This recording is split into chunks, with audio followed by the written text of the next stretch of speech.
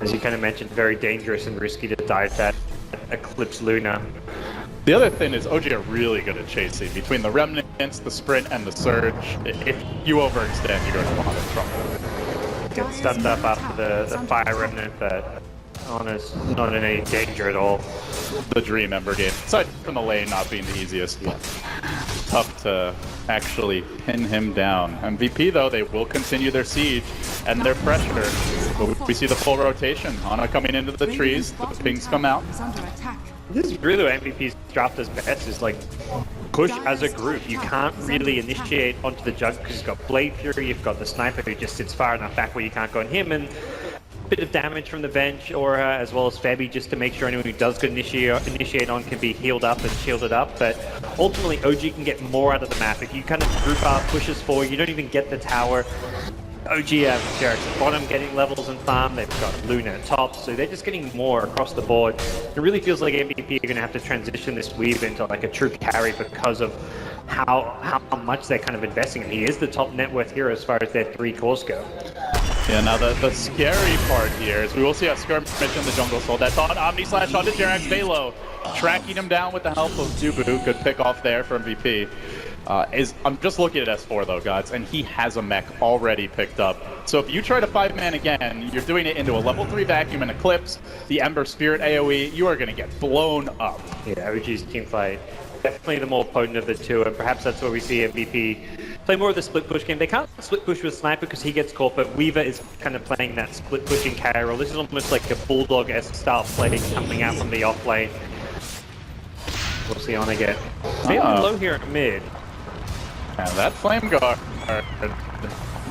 not particularly healthy as far as the damage it can soak up still goes, with a bit of chip damage, but they're not going to press the issue. They continue to work on this tower mid. Almost in deny range, so now they surge on it and they're trying to make the move forward. Velo just has mana for the Blade Fury in case he gets caught. Am I going to unleash the Soul Catcher?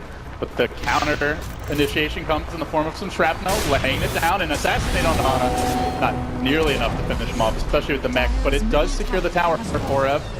Scattering a bit deeper towards the OG backline, so they grab another tier 1. MVP are playing very well, like they're making the most out of it. I feel like their draft has very few windows into this game as far as timings when they're strong, as far as being able to scale and deal with the Ember Spirit, but they're making the most of like the few very small windows they have. The fact they've taken the tier 1 mid and the tier 1 top into the mech timing of the Darkseer is really useful for them, and they can kind of fall back and play a farming game. They've got 3 cores that all go well late game.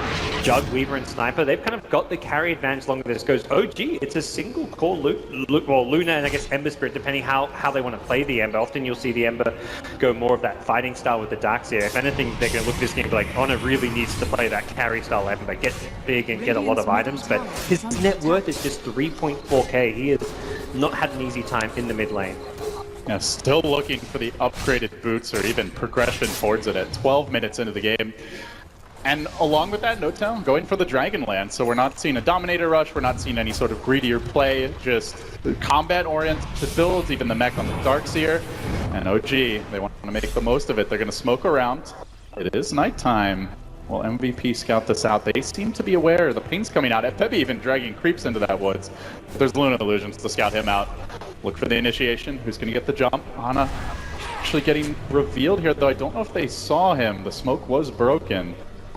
They think he might have been just out of range, but they clearly know there's something brewing from the Green Dream. Dire scan pops, then unpops, so they probably have an idea that MVP. They know MVP are kind of 5-man pushing, likely at that tower, and Jarek's is looking to come in from behind. Still no amplified damage, keep that in mind, as this fight could break out momentarily. S4 could have tried to initiate, he gets stunned by the man off the bat. Will they try to focus him down? Howl holds the mech, the crucial part of the team fight.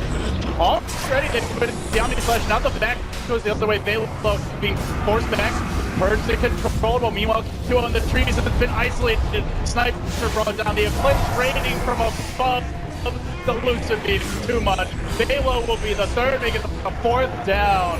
OG, not the craziest initiation, but solid, gods, and They really show off their team fight prowess in that engagement. Yeah, it was solid enough, and the biggest issue there for MVP more than anything was Jug didn't have mana. He only had one spell. He went for the Omni Slash rather than the Blade Fury. It doesn't really, it's not like the reason, I don't think that's a bad call or anything, but he really needed both spells. The Omni Slashes gets 2 heroes low, and there's no follow-up Blade Fury, and then he also doesn't have the Blade Fury to help dodge some of that magic damage coming out.